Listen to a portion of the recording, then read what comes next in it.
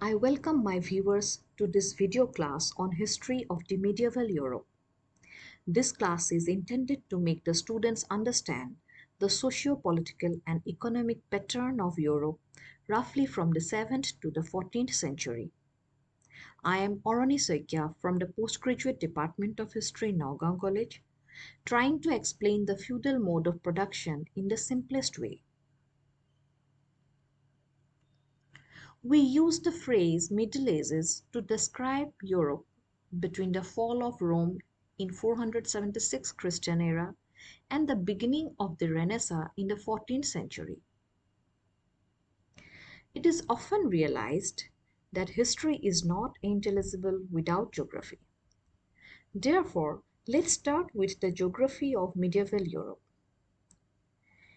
As you can see in this map, there were five geographical regions in medieval Europe.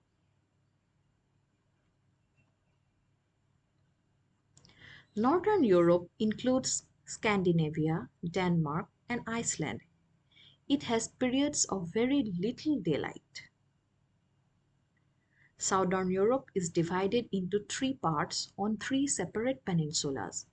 The three areas are the Iberian Peninsula, which is now Spain and Portugal, the Apennine Peninsula, now Italy, and the Balkan Peninsula, now a number of countries including Greece, Bulgaria, Serbia, Croatia, and most of Romania. Southern Europe is separated from the rest of Europe by mountain ranges from east to the west. The Pyrenees, the Alps, the Carpathian Mountains. It has the warmest climate in Europe. Eastern Europe forms the eastern border of southern, central, and northern Europe. Some of Eastern Europe is as far north as Northern Europe, but it extends farther south as well. Western Europe includes what is now France, Belgium, the Netherlands, and the islands of the Great Britain and Ireland. The Iberian Peninsula, although very far west, is classified with Southern Europe. Central Europe touches Western, Southern, Eastern, and Northern Europe. Much of its territory is landlocked. Let's start with the origin of feudalism. It is believed that, like all pre industrial societies, at the beginning of medieval age in Europe, the economy was based primarily on farming. In the early Middle Ages, most people lived in the countryside. Their rural life was governed by an economic system called feudalism. Let's understand its historic background.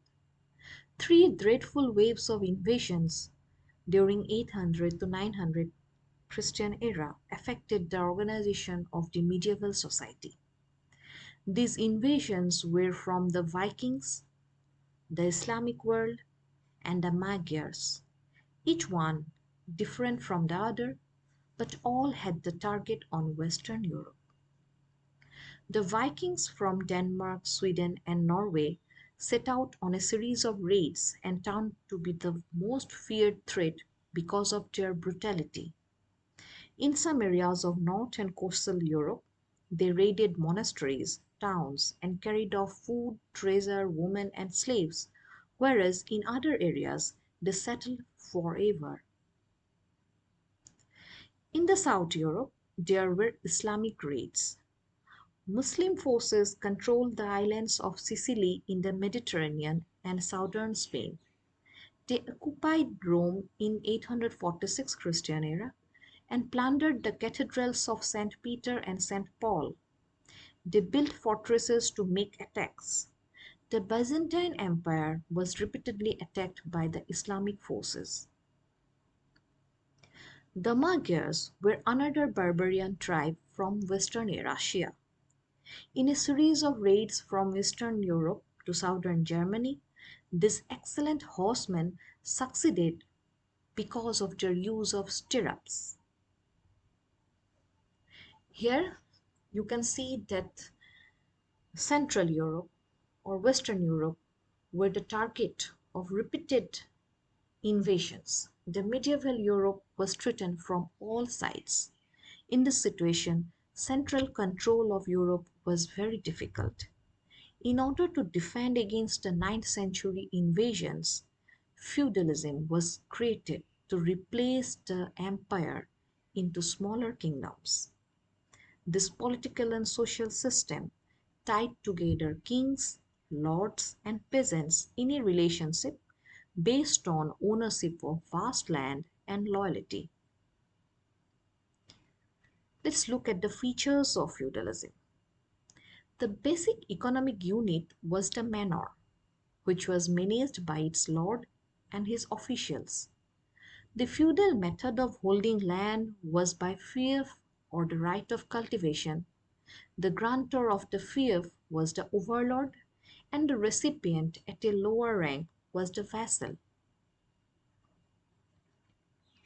In a feudal society, every man owed allegiance to another higher than him, and at the highest level was the king. The king granted large pieces of land called fiefs to noblemen and bishops. The vassal had juridical allegiance to his immediate superior and received security from the lord of the manor. The vassals redistributed right of cultivation of land to other men below him. Thus the structure went on down to the peasantry. Landless peasants, known as serfs, did most of the labor. They did most of the work on the fields. They planted, they harvested crops, and gave most of the produce to the landowner. In exchange of their labor, the peasants were allowed to live on the land. It was a self sufficient community producing a variety of goods. Those of higher rank, like the king, the barons, and the knights, hungered for power in order to maintain powerful control of the other below them, to impose law and order, and they needed servants for other public services. This allegiance was basically a form of slavery, since the vassal knew he could not liberate himself from his lord, and he was a worker without any right. As a result, there was a set of rights and obligations between the serfs and the lords. I have given here a graphic presentation of European feudal system. See, this is a pyramidal structure. At the top was the king who owned all the land. Below the king were a few nobles or landlords who were appointed to control and maintain the land. Then below were the knights who protected the kings and nobles as well as the peasants. They were the armed soldiers. Then at the bottom of the society, at the bottom of the feudal system, were the peasants who formed the 90% of the population. They were the real workers, farmers on the land. So, this is the European feudal system. The feudal system decentralized and localized power. It made administration and communication easier to reach the farthest corners, least populated, or far stretched away from the center. The feudalism, the system, had the oaths of loyalty in exchange for land and military service. Those who gained most were the lords and the higher vassals. The medieval king was, above everything, a warrior. From the ninth to the 14th centuries, the most important element in warfare was the strength of the knight. To maintain a retinue of knights was very expensive at that time. In return for providing the king with warriors, tenants in chief were granted large holdings of land. This feudal system came to its zenith at the beginning of the 12th century. Let's look at the feudal hierarchy. Here you can see at the bottom there were the peasants and the townspeople. Then were the knights. Then above them were the lesser lords. Then the powerful lords. And above all was the king. There were the oaths of loyalty and military support from the peasants to the knights, then to the lords and to the king. And in return, the king granted land and protection to the lords, then powerful lords granted land and protection to the lesser powerful lords, then they in turn protected the knights, and ultimately, at the bottom, the peasants were protected by the knights. The nature of relationships between the lords of the estates and the workers has been studied under various theories in later day Europe. The two major theories were first one is the contract theory. The contract theory maintained by medieval lawyers and modern economists. This theory maintains that there existed a contract between the lords and the workers who entered into the contract freely, realizing one of the strongest social bonds in the medieval times.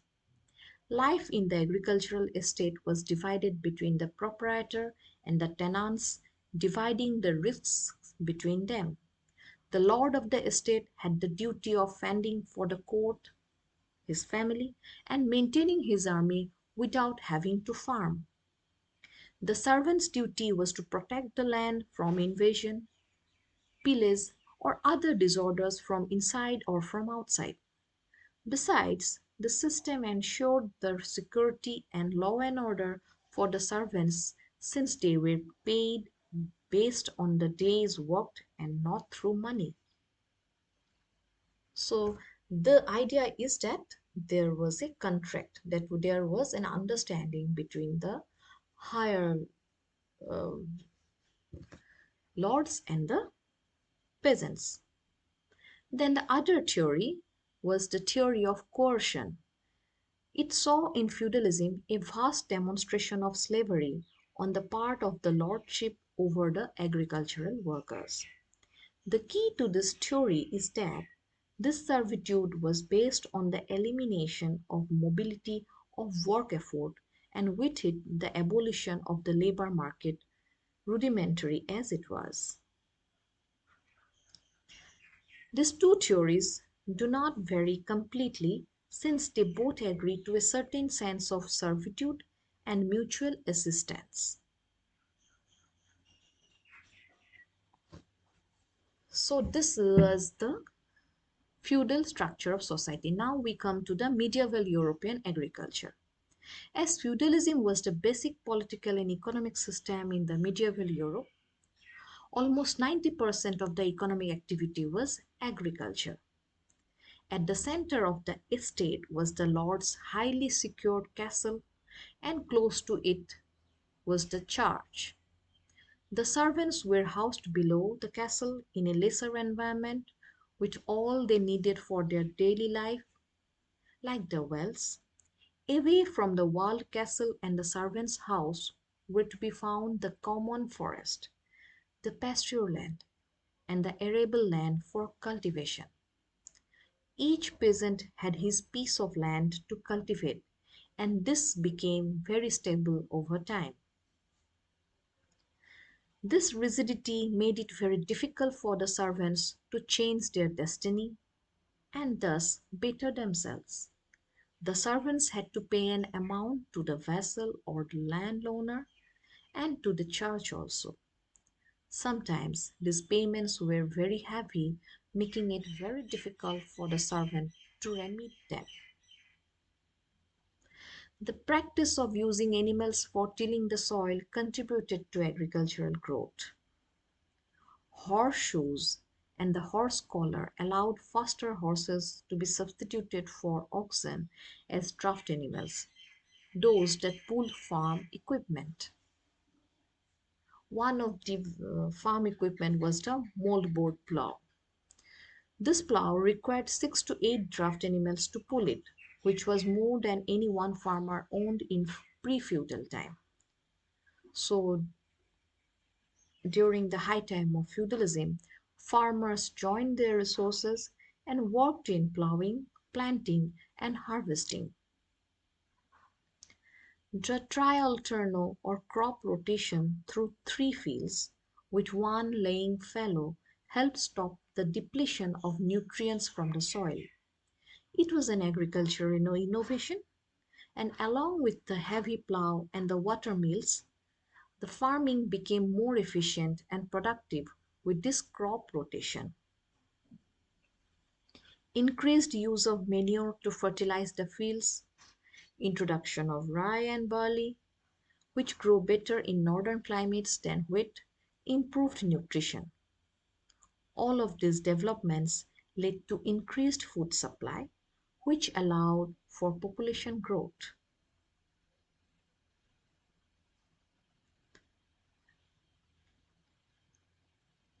Here are the pictorial representation of medieval European farming culture. You can see the moldboard plow. By the 7th century, animals were used for agriculture.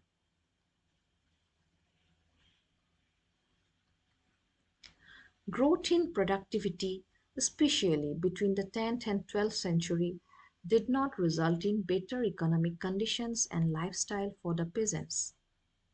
Their diet was a monotonous repetition of bread, vegetables, little of meat, and dry salted fish. The unpredictable weather patterns always left the agricultural life and therefore the people in the risk of hunger. Population kept growing and the farms were hard put to feed all. Gradually, the feudal system started to decay. In our following class, we will deal in detail the decay of de- or decline of feudalism and the growth of towns, markets in medieval Europe. Thank you for your patience listening.